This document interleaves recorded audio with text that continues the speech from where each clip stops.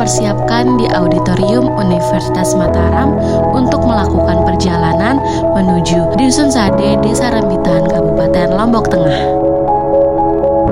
Setiba di posko, kami memilih untuk beristirahat sejenak dan mempersiapkan untuk turun ke lapangan. Posko yang kami tempati tidak terlalu jauh dari Dusun Sade, hanya berkisar 15 menit.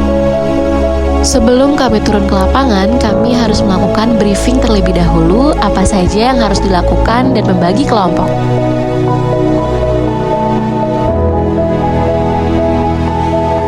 Kami telah tiba di Dusun Sasak Sade, Rembitan, Lombok Tengah. Tanpa berpikir panjang, kami langsung mengeksplor dan melakukan penelitian lebih lanjut sesuai dengan kelompok yang telah dibagikan sebelumnya. Nah, teman-teman bisa dilihat bahwa ini beberapa tampak luar dari pemukiman Dusun Sade. Dari hasil wawancara, di Dusun Sade anak perempuan tidak dilarang untuk menuntut ilmu. Namun, jika mereka ingin belajar di luar kawasan dusun, baik untuk melanjutkan ke tingkat SMA, SMK, atau perguruan tinggi, bahkan sekedar menempuh pendidikan di luar lingkungan Sade, mereka diwajibkan untuk berada dalam penjagaan saudara laki-laki atau keluarga. Ini merupakan sebuah aturan adat yang diyakini sebagai bentuk perlindungan, namun juga menjadi pagar tak terlihat yang membatasi langkah mereka. Bagian besar dari mereka, dunia pendidikan di luar dusun adalah dunia yang jauh. Padahal menurut prinsip HAM, pendidikan adalah hak dasar setiap individu, termasuk perempuan dimanapun mereka berada. Berbicara terkait hak tempat tinggal, rumah-rumah di Dusun Sade bukan sekedar tempat tinggal. Ia adalah semboyan budaya, warisan leluhur, dan identitas suku Sasak yang telah hidup ratusan tahun lamanya. Namun, menurut sudut pandang HAM, terutama hak atas kesejahteraan, menurut standar internasional, hunian yang layak belum sepenuhnya dimiliki oleh Dusun Sade. Tidak ada jendela kaca, tidak ada sistem sanitasi permanen, dan dapur masih bercampur dengan ruang tidur. Nah, di sela-sela penelitian, kami juga menyewa pakaian adat yang telah disewakan masyarakat Dusun Sade.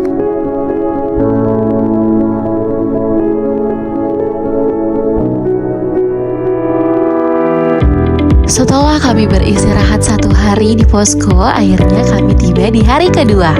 Jangan lupa untuk sarapan dulu ya teman-teman.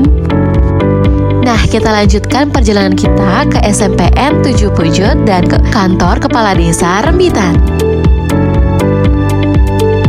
Saat ini kami telah tiba di kantor Kepala Desa Rembitan. Dari hasil wawancara, akses administrasi dan biaya pendidikan sebetulnya tidak menjadi persoalan di Dusun Sade. Biaya sekolah sudah banyak terbantu oleh program pemerintah dan pendapatan masyarakat dari sektor wisata cukup memadai. Namun, minat anak perempuan untuk melanjutkan pendidikan ke jenjang lebih tinggi tetap rendah. Ini disebabkan oleh norma adat serta pandangan masyarakat bahwa pendidikan tidak terlalu penting bagi perempuan yang akan menjadi ibu rumah tangga. Menurut Kepala Sekolah SMPN 7 Pujut, secara umum pihak sekolah tidak pernah membeda-bedakan antara murid laki-laki dan perempuan dalam hal menerima maupun proses belajar. Sebagian anak-anak dari Dusun Sade pun bersekolah di SMPN 7 Pujut. Saat ini kami kembali ke Dusun Sade untuk meneliti lebih lanjut terkait informasi lainnya. Teman-teman, perlu diketahui bahwa banyak anak perempuan di Dusun Sade yang akhirnya berhenti menempuh pendidikan di bangku SMP. Hal ini beberapa memilih untuk menikah muda atau biasanya disebut tradisi melari kodek, di mana mereka dibawa lari dan dinikahi saat sudah bisa menenun. Rata-rata mata pencaharian perempuan Sade adalah sebagai penenun, penjual, dan petani. Bisa dilihat bahwa ini adalah beberapa hasil tenunan mereka yang akhirnya dijual. Dan teman-teman, perempuan Sade ini sangat pandai dalam membuat kerajinan loh. Menurut Amak Fano, perempuan di Sade memiliki organisasi tradisional yang disebut Banjar, di mana perempuan dewasa terlibat aktif dalam kegiatan adat seperti perkawinan, kematian, hitanan, dan acara besar lainnya. Di Disebutkan bahwa perempuan Sade tidak merasa iri atau cemburu pada mereka yang berkuliah di luar. Karena dari kecil mereka hidup dalam lingkungan yang sama dan lama-lama ya terbiasa.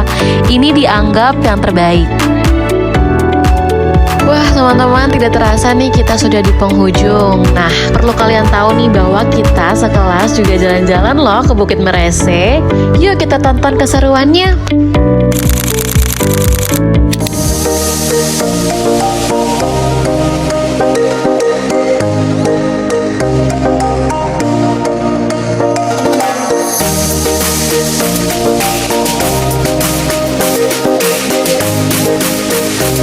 Terima kasih teman-teman yang sudah menonton video ini. Kami dari kelas 4B memohon maaf apabila ada salah kata.